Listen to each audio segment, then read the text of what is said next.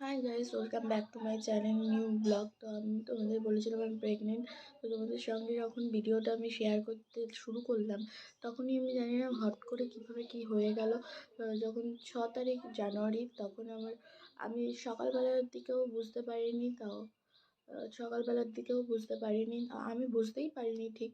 আমার ঠাম্মা প্রথমে বুঝেছিল রাত্রিবেলা দিদা। তো প্রথমে তো পেনও হচ্ছে, ব্যথাও শুরু হয়ে গেছিলো। তো তখন ব্যথা যখন হয় তাও আমি ব্যথা ক্যাজুয়ালি আমার রোজ প্রত্যেকদিন প্রেগনেন্সিতে আমি প্রত্যেকদিনই ভুগতাম এই ব্যথার জন্য, মানে 2 মাস অন্তত ভালো ছিলাম।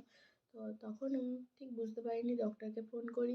যেরকম হয় ডক্টর বলে যে অনেকেই ইউটেরাস ইনফেকশন হয়। তো আমার ইউটেরাসটা পেছনের দিকে।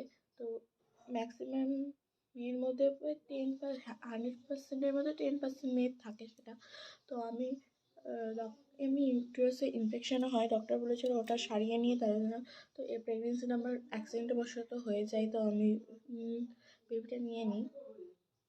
তো ওটা না নিই, তো প্রেগনেন্সি অ্যাক্সিডেন্টবশত হয়ে যায় আমার।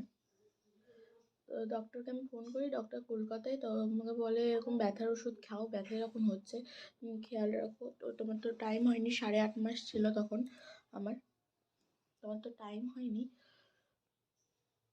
তাও 2 দিন, তার পরের দিনও আবার ব্যথা। তো আমি বাপের বাড়িতে ছিলাম। তো আমার 2 দিন ব্যথা খুব ব্যথা হচ্ছিলো, ওরকম ওয়াটার লিকেজও হচ্ছিলো। তারপর ডক্টর 8 তারিখে আসে, 8 তারিখে এসে আমায় দেখে, দেখে বলে সিরিয়াস কন্ডিশন। সঙ্গে সঙ্গে আমায় ইউএসজি করায়। 9 মাস তো পড়েনি, 8.5 মাস, আর 9 মাস ঠিক পড়েনি, 8.5 মাস। তাও আমাকে ইউএসজি করে। আমার আমার ওদের ভাষায় আমি ঠিক বুঝতে পারিনি, আমার মানে পেটের ভেতর জল কমে গেছিলো, আমার বেবি জল খেয়ে নিয়েছিল। আমার বেবিকে ঠিক রাখার জন্য ডক্টর 8 তারিখ আমাকে একটা ইঞ্জেকশন করে, 9 তারিখ সকালে একটা ইঞ্জেকশন করে। তো তখন 9 তারিখে আমায় সকালবেলা ইঞ্জেকশন করে, 9টার সময় আমায় ভর্তি করে শ্রীকৃষ্ণ নার্সিংহোম শান্তিপুরে। তো আমার 12টা, 12:30, 12:54 আমার বেবি হয়। বেবি কি হয় পরে তোমাদের বলবো, কিন্তু আমার তোমাদেরকে শেয়ার করব এরকম আনন্দ। আমার মানে বেবি হয়েছে ঠিকই, আমার একটা আনন্দ ছিল ভেতরে যে আমার বেবি যা হয়েছে ভালো হয়েছে, সুস্থ। কিন্তু ও জল যেহেতু খেয়ে নিয়েছিল ওর প্রচণ্ড, আর আমার ঠান্ডা লেগেছিল প্রচণ্ড, শ্বাসকষ্ট শুরু হয়ে গেছিলো। আর ওর প্রচণ্ড শ্বাসকষ্ট হয়েই ও কেঁদে বন্ধ করে দিয়েছিল। আর কেঁদে বন্ধ করার পর ওর মুখ থেকে একটা কাঁদছে, কাঁদলেও ওই গ গ আওয়াজটা হচ্ছে। ওকে ওখানে অক্সিজেন দেয়, তো ওকে ট্রান্সফার করে দেয়। আমার হওয়ার পর ওই আমি ঘুরে ঘুরে ওকে যেটুকু দেখেছি যা, ওকে সদরে নিয়ে চলে যায়, ট্রান্সফার করে দেয় সদরে। ও 9 দিন, 7 দিন হচ্ছে, আর 36 সপ্তাহ 3 দিন ছিল। তো এই ক্রাইসিসটাও কাটিয়েছে। যখন 37 সপ্তাহ পড়েছে, 2 দিন 3 দিন, 37 সপ্তাহ 2 দিন 3 দিন ডক্টর আমায় বলে দিয়েছিল, ওখান থেকেও বলে দিয়েছিল। আর ডক্টর আমার যে ওটি করেছে সেই ডাক্তারকেও, রাহুল মুখার্জি, শান্তিপুর হসপিটালে ছিল, কিন্তু রিটায়ার হয়ে গেছে, এখন চেম্বারে বসে। তো হচ্ছে ডক্টরকেও বলে দিয়েছিল, ডক্টরের মাধ্যমে জানছিলাম। তো আমাকে 3 দিনের মাথায় শান্তিপুর থেকে মায়ের ওর খাবারের অসুবিধা হচ্ছিলো, তো আমার 3 দিনের মাথায় হচ্ছে ট্রান্সফার করে দেয়। আর ট্রান্সফার করেনি, আমাকে ছুটি করিয়ে নিয়ে চলে যায় 3 দিন পরে। 4 দিন যখন 4 দিনের দিন ছুটি করিয়ে নিয়ে চলে যায়, যে খাবারে যে ওখানে বলেছিল যে আমায় আমার বেবির কাছে দেবে। তো 5 দিন হয়ে গেছিলো তাও দেয়নি।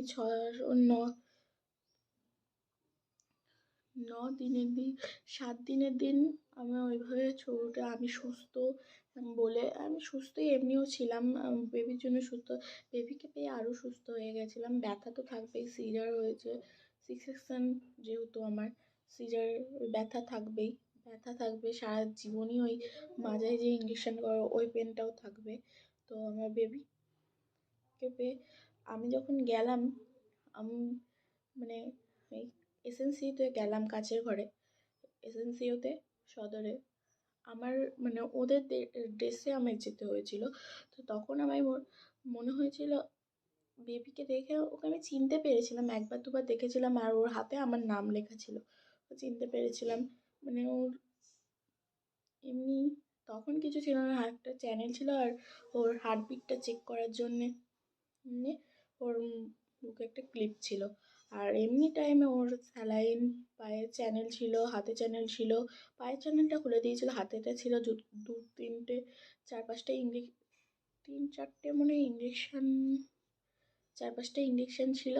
যাই হোক, ইঞ্জেকশন দিল, তারপরে ও সুস্থ খাচ্ছিল তো ও।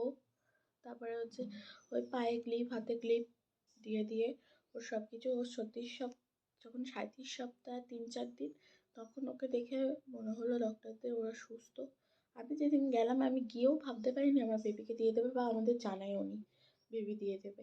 তো আমি গেছি, আমাকে সঙ্গে সঙ্গে বেবিকে দিয়ে দিল। তারপর ওদের নিয়ম হলো বেবির, যার বেবি ইঞ্জেকশন পেয়ে যায় সব কটা, তাদেরকে ছেড়ে দেয় একদিন রেখেই, আর যার বেবি পায় না, তো আমার বেবিকে 2 দিন রেখেছিল। 2 দিনের পর সব ইঞ্জেকশন হয়ে গেল, তারপর 12টার সময় তার পরের দিন ছুটি লিখে দিল। তো আমরা সেদিনকেই ছুটি, 9 দিন পর আমরা বাড়ি এসেছি সদর থেকে। তো ওই ক্রাইসিসটা কাটাতে গিয়ে তোমাদেরকে কিচ্ছু শেয়ার করা হয়নি। আমি বেবিকেও দেখাবো, আজ সরস্বতী পুজো, আজকের থেকে ব্লগ শুরু করলাম। আমি বেবিকে দেখাবো, যেহেতু ও এখন ঘুমাচ্ছে, আমি ওর জন্য তোমাদের এখন দেখাতে পারলাম না। বাই গাইস, আমি বেবি উঠুক তখন ওকে দেখাবো।